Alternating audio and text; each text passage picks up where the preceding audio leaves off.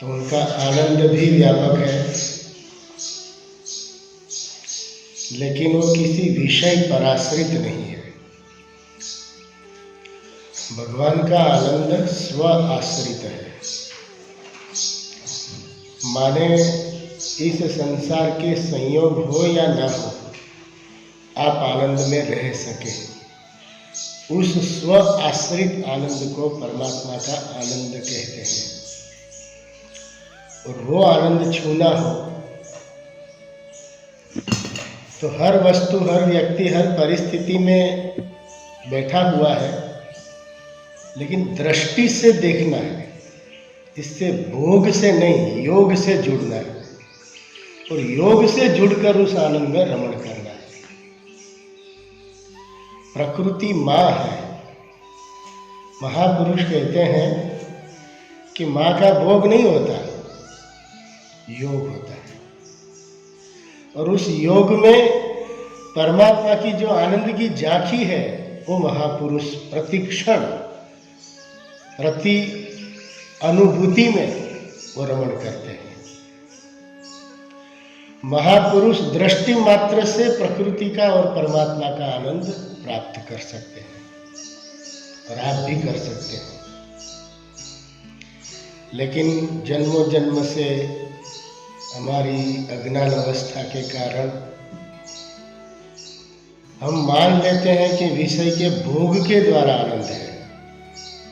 विषय की स्मृति में भी आनंद है, विषय के सानिध्य में भी आनंद है, और विषय की विस्मृति में भी आनंद है। आप यहाँ से पुणे जाओगे, यहाँ की आप स्मृति करोगे तो भी आनंद आएगा, और उसकी विस्मृति हो जाएगी तो भी कहेंगे नहीं, एक बार वहाँ आनंद आया था। तो ध्यान रखिए, आनंद परमात्मा का स्वरूप है। इसलिए हमने कल यही कहा था कि भाई ये एक आनंद की झांकी है, लेकिन है परमात्मा की। हमें तो इट्स रोल समझकर सिर्फ स्वीकार करना है। इसलिए सुंदरकांड में हनुमान जी ने हमको सिखाया कि जब मेरू पर्वत ने कहा कि आप यहाँ विश्राम करके फिर लंका में जाइए, उन्होंने कहा कि भी राम काज जब मेरे सामने आता है तब मैं विश्राम नहीं लेता। राम काज कीन्हे बिनु मोहे कहाँ विश्राम। रामचरितमानस में सुंदरकांड में हमारे हनुमान जी महाराज ने मेरू पर्वत को, बताओ इतना विशाल पर्वत और समुद्र के बीच में, माने यहाँ कहना ये चाहते हैं, अब यहाँ बहुत पकड़ने वाली बात है कि संसार आपको विश्राम देने की कोशिश करेगा, संसार आपको रोकेगा, लेकिन आपको बार बार याद रखना है कि मैं राम जी का, परमात्मा का काम करने आया हूँ, परमात्मा की प्राप्ति के लिए आया हूँ, और शांति रूपी वैदेही की खोज में आया हूँ। ध्यान रखिए, अशोक वाटिका में जो सीता जी बैठी है वो शांति है जिसकी हम सब खोज कर रहे हैं। आप बोलते हैं ना सब कुछ अच्छा है, लेकिन बहुत बड़ा होता है। अब चाहिए क्या? तो कि स्वामी जी बस शांति चाहिए। तो देखो, शांति की खोज आप भी कर रहे हैं, लेकिन हनुमान जी बता रहे हैं कि जहाँ जहाँ विश्राम आएगा, बाधा आएगी, वहाँ रुकना मत। 3 प्रकार का विघ्न आया हनुमान जी को, लेकिन बाद में अशोक वाटिका माने संसार के शोक रहित मन में शांति रूपी वैदेही मिलती है। कि मैं अपने आपके जीवन का जो गोल्स है कि शांति चाहिए, तो उसका एड्रेस ये है कि यदि शांति चाहिए तो शोक रहित मन बनाइए। जो चीज आई है जाने के लिए आई है, तो फिर उसका शोक क्यों कर रहे हैं? इस दुनिया की कोई भी चीज ऐसी हो बताओ कि जो आएगी लेकिन मिटेगी नहीं।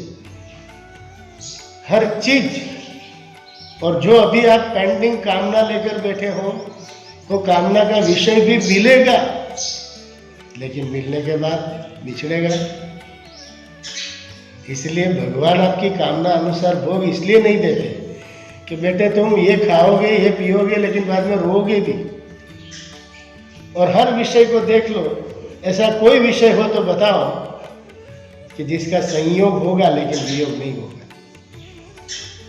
इंक्लूडिंग योर बॉडी, जिसको हम सबसे ज़्यादा चाहते हैं। उनको भी धीरे से एकांत में पूछ लेना कि भाई तुम हमारे साथ आत्मविश्वास से और धोखाधड़ी तो नहीं करोगे। तो वो कहेंगे कि मैं कभी भी तुमको धोखा दे सकता, तुमको कहने भी वाला नहीं हूँ, चाहे तुम उसका कितना भी श्रृंगार कर लो। तो संसार का संयोग है और वियोग भी है, उसमें कोई नई चीज है ही नहीं। और अच्छी बात यह है, भगवान एक ऐसी सत्ता है जिसका नित्य संयोग है लेकिन कभी भी वियोग नहीं है। वो तीनों सत्ता में, तीनों अवस्था में, माने भूतकाल, वर्तमान और भविष्य में भी वो आपको धोखाधड़ी नहीं कर सकते। ऐसे नित्य परमात्मा जो आपके प्रियतम है, जो आपको बहुत चाहते हैं, उस चाह को अपना हृदय से संस्मरण करोगे, माने जब ध्यान करोगे, ध्यान में उस मूर्ति का हृदयंगम करोगे, आपके हृदय में जैसे कृष्णा अवतार हो चुका ये अनुभूति हो जाएगी। कृष्णा अवतार बाहर नहीं होता, बाहर तो एक लीलात्मक है, प्रतीकात्मक है। कृष्ण का अवतार, राम का अवतार आपके हृदय में होता है और वो आपके हृदय में बैठना चाहते हैं। दुनिया में तो उनकी है ही, वो तो दुनिया में कहीं भी बैठ सकते हैं, वो तो सर्वव्यापक सर्वसमर्थ है। देखो कैलाश में जाकर वो बैठ गए, किसको पूछा उसने? हम कहे राम जी ने अयोध्या में हमने बिठा दिया, ठीक है, लेकिन जहाँ बिठाना है वहां तो हमने नहीं बिठाया, क्योंकि तुलसी बाबा ने कहा कि जहाँ राम है वहाँ काम नहीं और काम है वहाँ राम नहीं। अब अयोध्या बनने से काम तो और बढ़ गया, विस्तार से वहाँ राम जी की स्थापना नहीं हुई।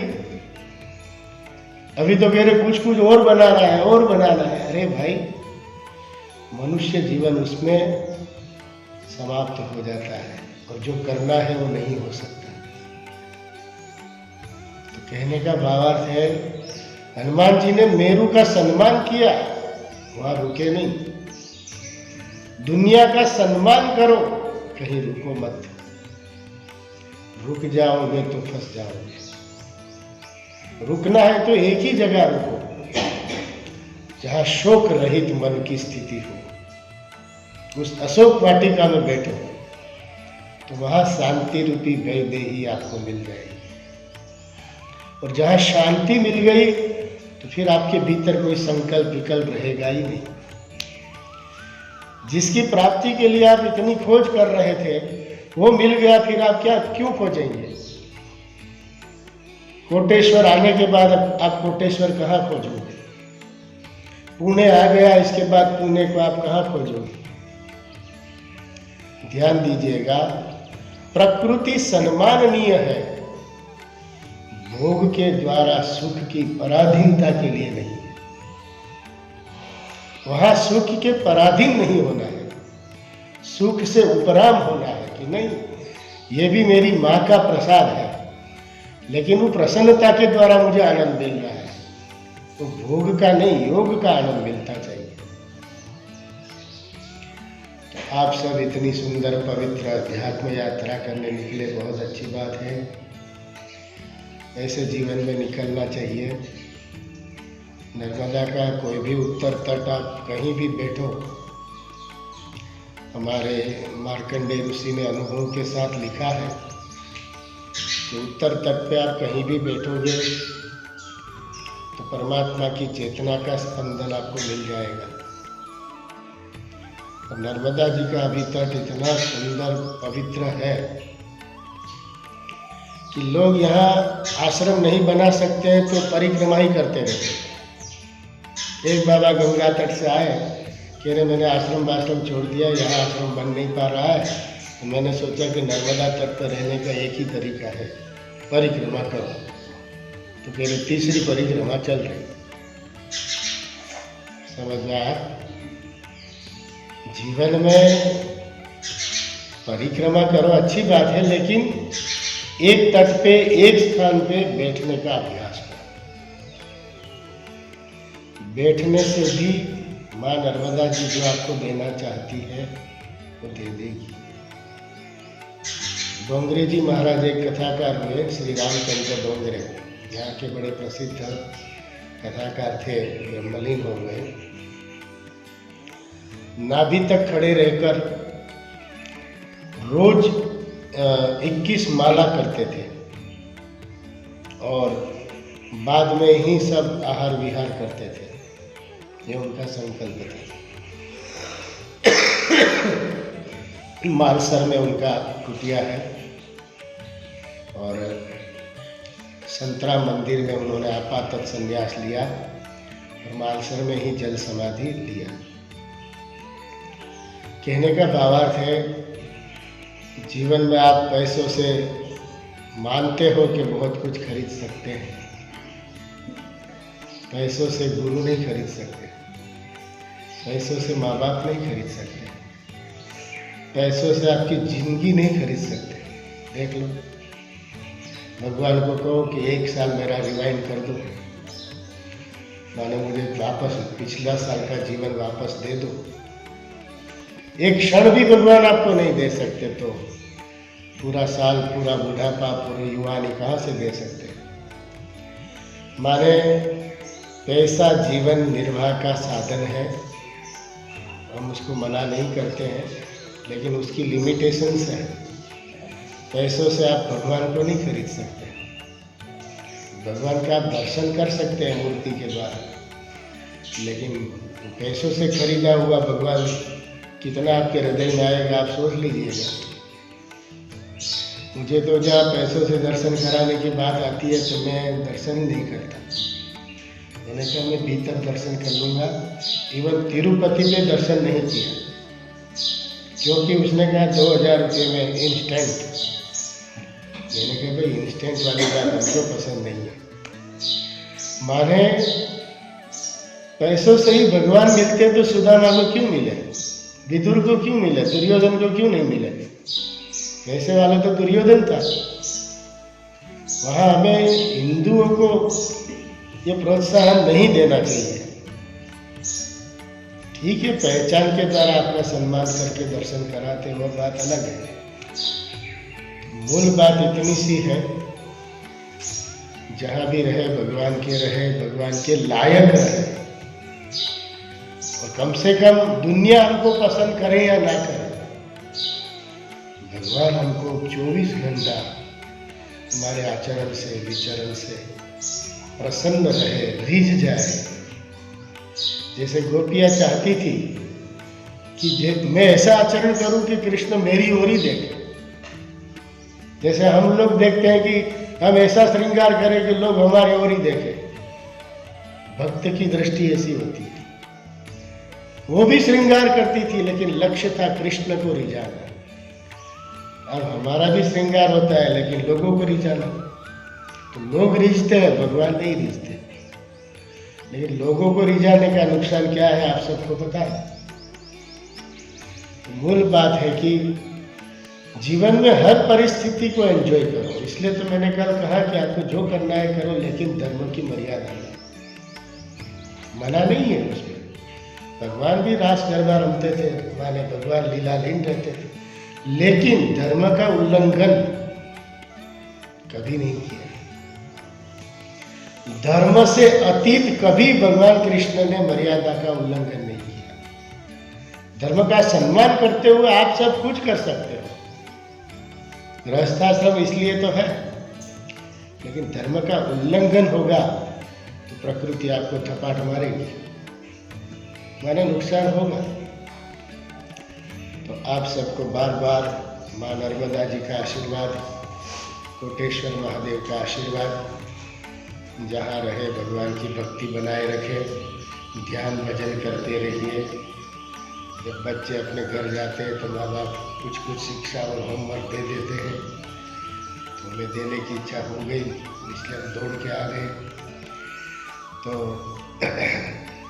एक तो होमवर्क हमने आपको नर्मदा जी में दिया है, रुद्राष्टकम और नर्मदाष्टकम। यदि अगले साल आपको आना है तो ये पाठ करके ही, पक्का करके आना पड़ेगा। अभी से आपको मैं टेंशन में तो डाल ही रहा हूँ, लेकिन मेरा धर्म मुझे इतना ही दिखता है कि आप सब भगवान के कृपा पात्र बन जाए, आपके रोम रोम में भगवान रम जाए।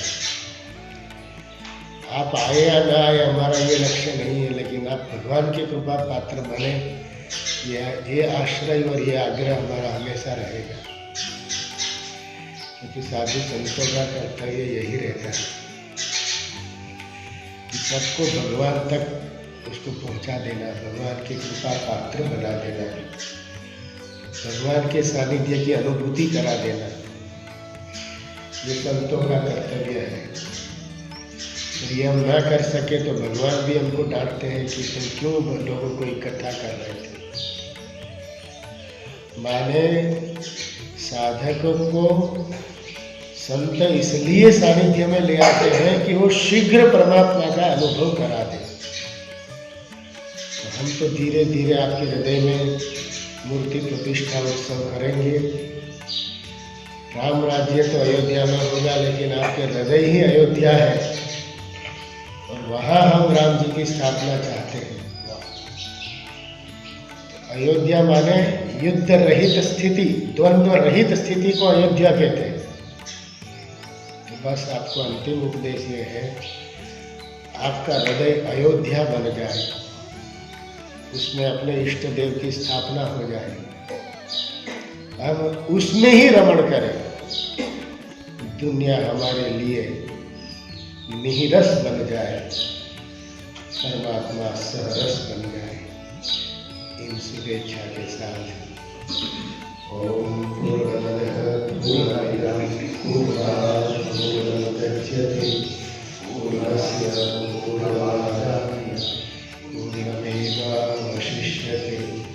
ओम शांति शांति शांति। हरि ओम श्री गुरुभ्यो